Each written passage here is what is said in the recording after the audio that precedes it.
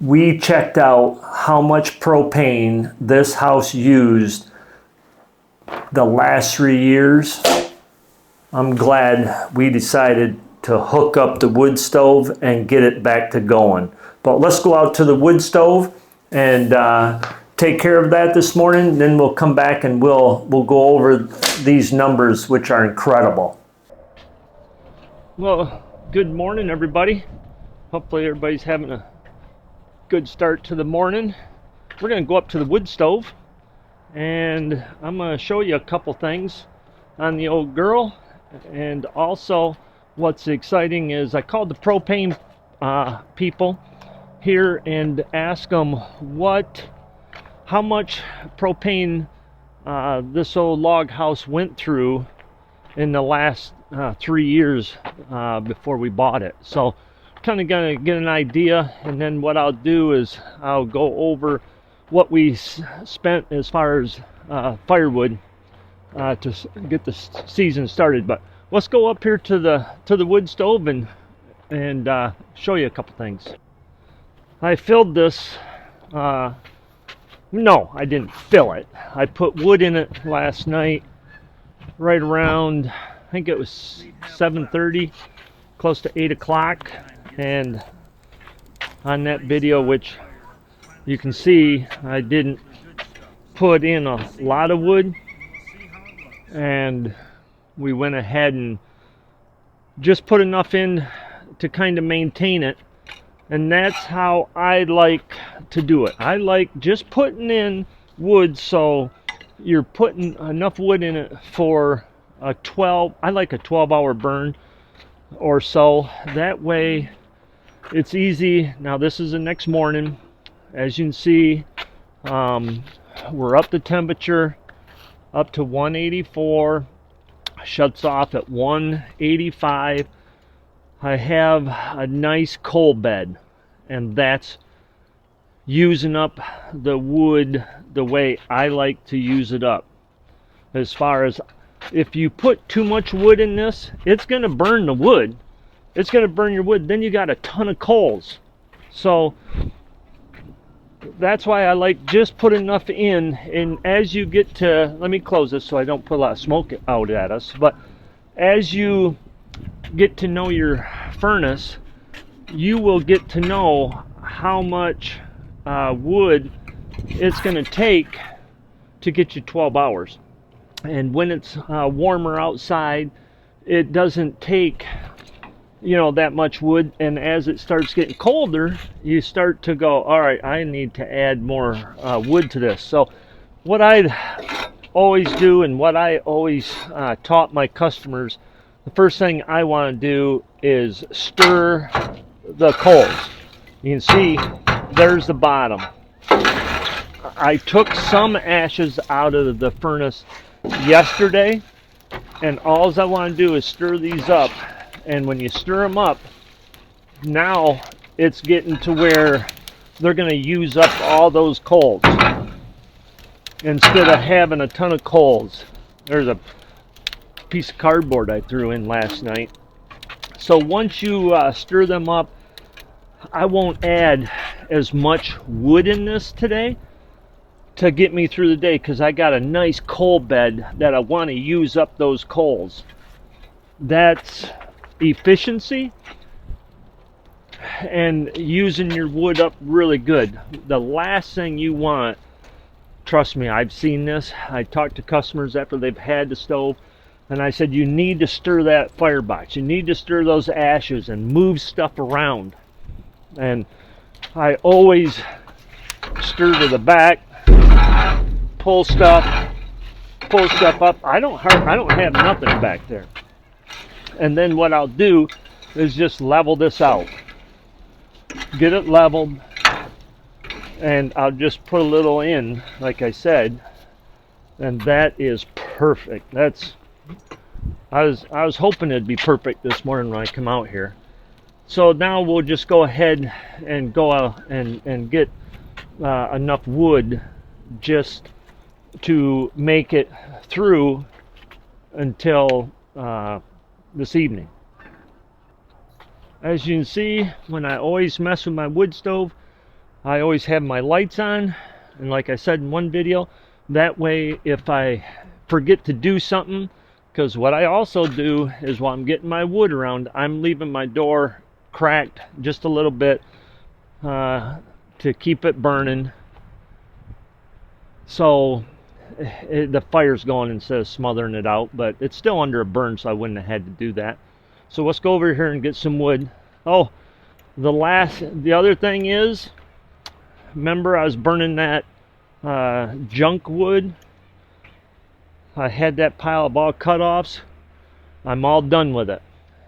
I was hoping when I first started burning it, it would get me until the middle of October, but it got me all the way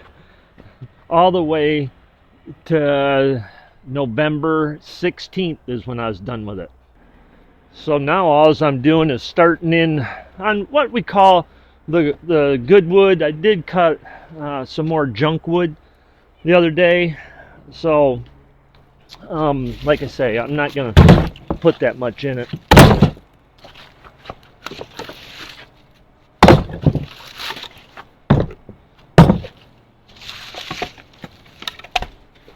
And so far this year, you know, we've had a couple 12-degree days and a couple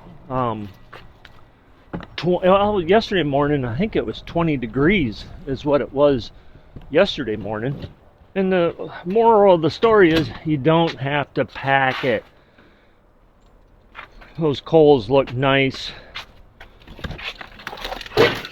because what happens is you start leaving too many coals in this thing, and when you put your wood in, it packs it down, and we don't need it packed down. That's why we stir our coals to maintain the level of our firebox, to move the ashes so they're not sitting in one spot and doing damage. Because if they're sitting there, they're going to gain some moisture in that firebox underneath. But we keep moving them, keep stirring them. I might put one more in there. Let me grab one more. As you can hear, the old geese are flying in over here to the field every morning. I'm surprised that they're still coming in because the field's worked up. There, that right there, that's all I need to get me until tonight. 1, 2, 3, 4, 5, 6, about 7, 8 pieces. That's all we're putting in it. Do that now that I'm done with my furnace. Doors closed. I shut my light off because I'm done with it today. Everything's finished. We'll catch you back inside when we're messing with the looking at the tally from the propane people. So we checked out how much propane this house used the last 3 years. I'm glad we decided to hook up the wood stove and get it back to going. So what we did is I got a hold of the propane company to see how much propane the old log house has went through in the last 3 years, because as you know, we just bought this house. Brenda and I picked it up in February of 2025, and so we started our remodel and all that stuff, but Al hadn't used it. It was 300 feet away. Al hadn't used the outdoor wood stove central boiler for a number of years, and one was Al was 89 when we purchased the house. So once you're getting up at that age, it's hard to get down there and cut firewood and stuff like that. So he hadn't used it. We moved it up closer to the house. Instead of 300 foot away, we moved it up to 60 feet away. So we wanted to go ahead and get a hold of the propane company and kind of see how much he had went through. And once we saw these numbers, we are happy that we decided to get the wood stove up here and back to operational. Earlier this year, what we did do is we ordered 10 log cord of firewood, or the 8, I should say, log form from a logger, had it put down there. We cut it all up and split it and then brought it up here. So that cost us $1,000 to buy that wood. Since then, I have found another supplier for right around $900. So let's just say it's going to cost, right around that $1,000 just to get the wood here. But what I did is I added this up once they emailed it to us and we printed it off. In 2022, the gentleman spent $4,300 for that year to heat the house. That's all. All he did was use it for heat. That because he had electric range, and electric gas dryer, and a propane hot water heater. And so we did change out the hot water heater, but we went with a power vent 50 gallon as well. So the only propane, and plus we went with a gas range. So those are the only 3 things we use gas for. But so 2022, $4,300, 2023, $4,075 he went through.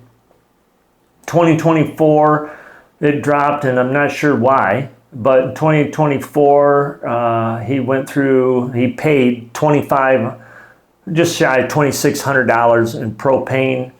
Then in 2025, he filled it that first in January for $680. Then me and Brenda filled it February, March, and April for $1,706. So a total for 2025 was $2,386. Now we've been burning the wood stove for a month and a half or so. So our propane tank from that last fill in April is still at right around that 60%. So after looking at these numbers, he was averaging those first 3 years, 2022 that we went back, 23 and 24, $3,600 a year for propane for this log house. So does an outdoor wood stove, will this pay for itself? Absolutely. And we don't know what temperature he kept his house. We're right now keeping it around 71 degrees in here, which is very comfortable. During the winter, we might pop it up a little bit, but we don't know what Al kept it at. Did he keep it at 68 and still had those numbers? It's hard to say because he's passed away, so we don't know. So the moral of the story is, when this house heated hard, and I'd have to say the biggest reason is we're up on a hill. We get tons of wind up here. 10-foot ceilings. It's a 2,500 square foot, just shy of 2,500 on the main level. There's a loft that's right around, it's a pretty good sized loft. I haven't measured it, somewhere around 1,000, 1,100. And then a full basement. But like I say, 10-foot ceilings, lots of windows, up on a hill. That's, if it was a conventional house that had 8-foot windows or 8-foot ceilings, 9-foot ceilings, and was down, tucked in the woods, out of the wind, it heats a lot different than a house that's up on a hill and vaulted ceilings and taller walls. So you can't compare, the two. And so when people are looking at outdoor wood stoves, sometimes they say, well, how much wood will I use, or how much propane? It all depends on many, many factors, on insulation, windows, and how well, you know, there's how tall walls are, vaulted ceilings, all that all comes into play. So we know now that even buying our wood, we're coming out at a bigger savings, and we're able to keep the house at a very comfortable temperature in here. So we're happy that the wood stove is going to definitely be a benefit to us here this winter, and we're excited to see. Like I say, I took a video of that propane tank a few weeks ago, and it was at 60%. And here at the end of the heating season, I'll take another video because the only thing we're using is the cook stove. But anyway, I'm glad we got these numbers, something we could share with you and go over how this wood stove, the central boiler, is going to make a big difference for heating this big old log house here coming up. So thanks for watching the channel. Hopefully, you know, that's one reason why people go with wood heat and an outdoor wood stove, is because, you know, the cost is up there, but you can keep your house whatever temperature you want. And, you know, if you got the wood available, if you're in a wood lot and stuff like that, your own woods, you know, it's just a little effort to go out there and cut some of that dead stuff and bring it up. And if you're like us, we bought that wood and got it here because we was doing a lot of remodeling, didn't have time to cut wood as far as going out here in our woods. But we'll probably order some more again this year because, you know what, it's a nice way to get kick-started on burning wood. So anyway, thanks for watching our channel. Until the next one, you know, you guys stay warm, and we're getting into the heating season, that's for sure. And it seems nice to smell that thing burning and burn some wood. So thanks again, everybody.